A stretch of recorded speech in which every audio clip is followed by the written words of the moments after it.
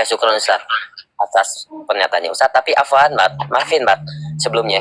Saya ini nih orang yang demen bertanya, dan saya ini demen orang yang ingin mencari pengetahuan lebih.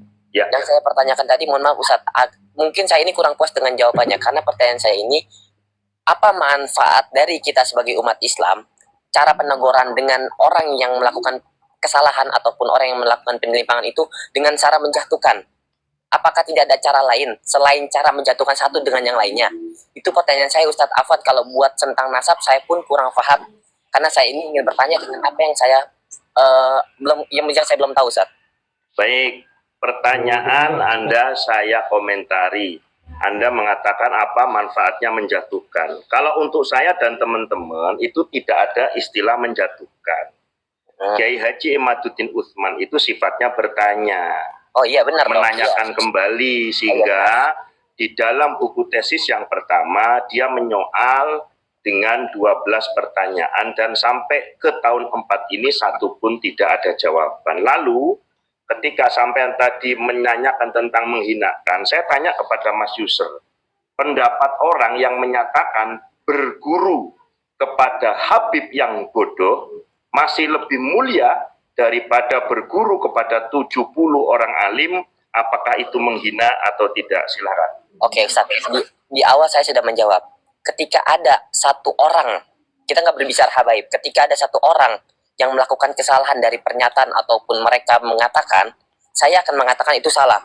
Walaupun saya itu dari bangsa habaib ataupun dari bangsa Balawi, mereka memberikan ilmu kepada saya yang menyelimpang ataupun yang salah, bahkan saya salahkan Ustadz, nggak saya benarkan. Saya pun, yang saya pertanyakan juga di sini Ustadz, dari para oknum-oknum habaib yang melakukan penyelimpangan, apakah bisa dinyatakan secara menyeluruh habaib yang berdakwah, ini berdakwah ya Ustadz, kita berbicara dakwah, yang berdakwah secara menyeluruh dengan mengajarkan tentang syariat yang yang Rasulullah yang Allah telah ajarkan dan yang Rasulullah bawakan, apakah bisa disalahkan? Kalau saya itu pada posisi bahwa saya meminta kejujuran Baklawi Habib secara menyeluruh. Hemat saya, harapan saya, akui saja, karena memang data nasabnya zong, tidak terkonfirmasi, tidak teropertase selama kurang lebih 5 abad. Akui saja, ya, kami hanya cucu Ubed, dan kami sampai dengan hari ini masih mencari ketersambungan nasab Ubed, apakah betul anak Ahmad atau bukan. Itu aja. Berarti pangkal pertama yang dipermasalahkan itu tentang nasab. Iya. Walaupun ada habaib yang mengatakan kebenaran, itu tidak bisa dibenarkan Ustaz. Nasab dulu selesaikan. Kalau kebenaran itu kan wilayah yang lain kan. Berarti gini Ustaz, kalau misalkan nasab yang diuruskan terlebih dahulu, gimana nasib umat nanti ke depannya Ustaz?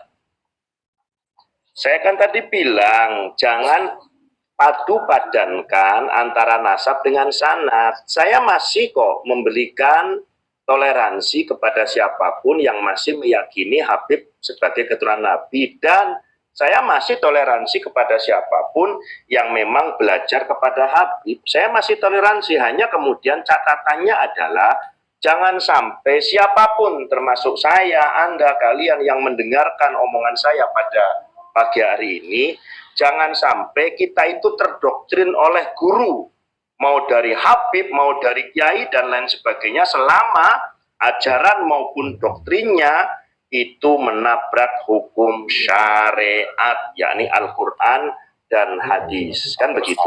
Oke, ini yang saya pertanyakan dari tadi. Terima kasih Ustaz atas jawabannya Ustaz. Iya, kalau saya itu gitu, kalau memang kurofat ya aku bilang kurofat.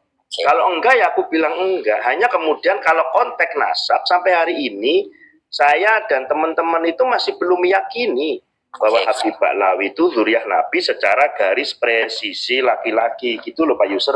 Oke, berarti kalau dari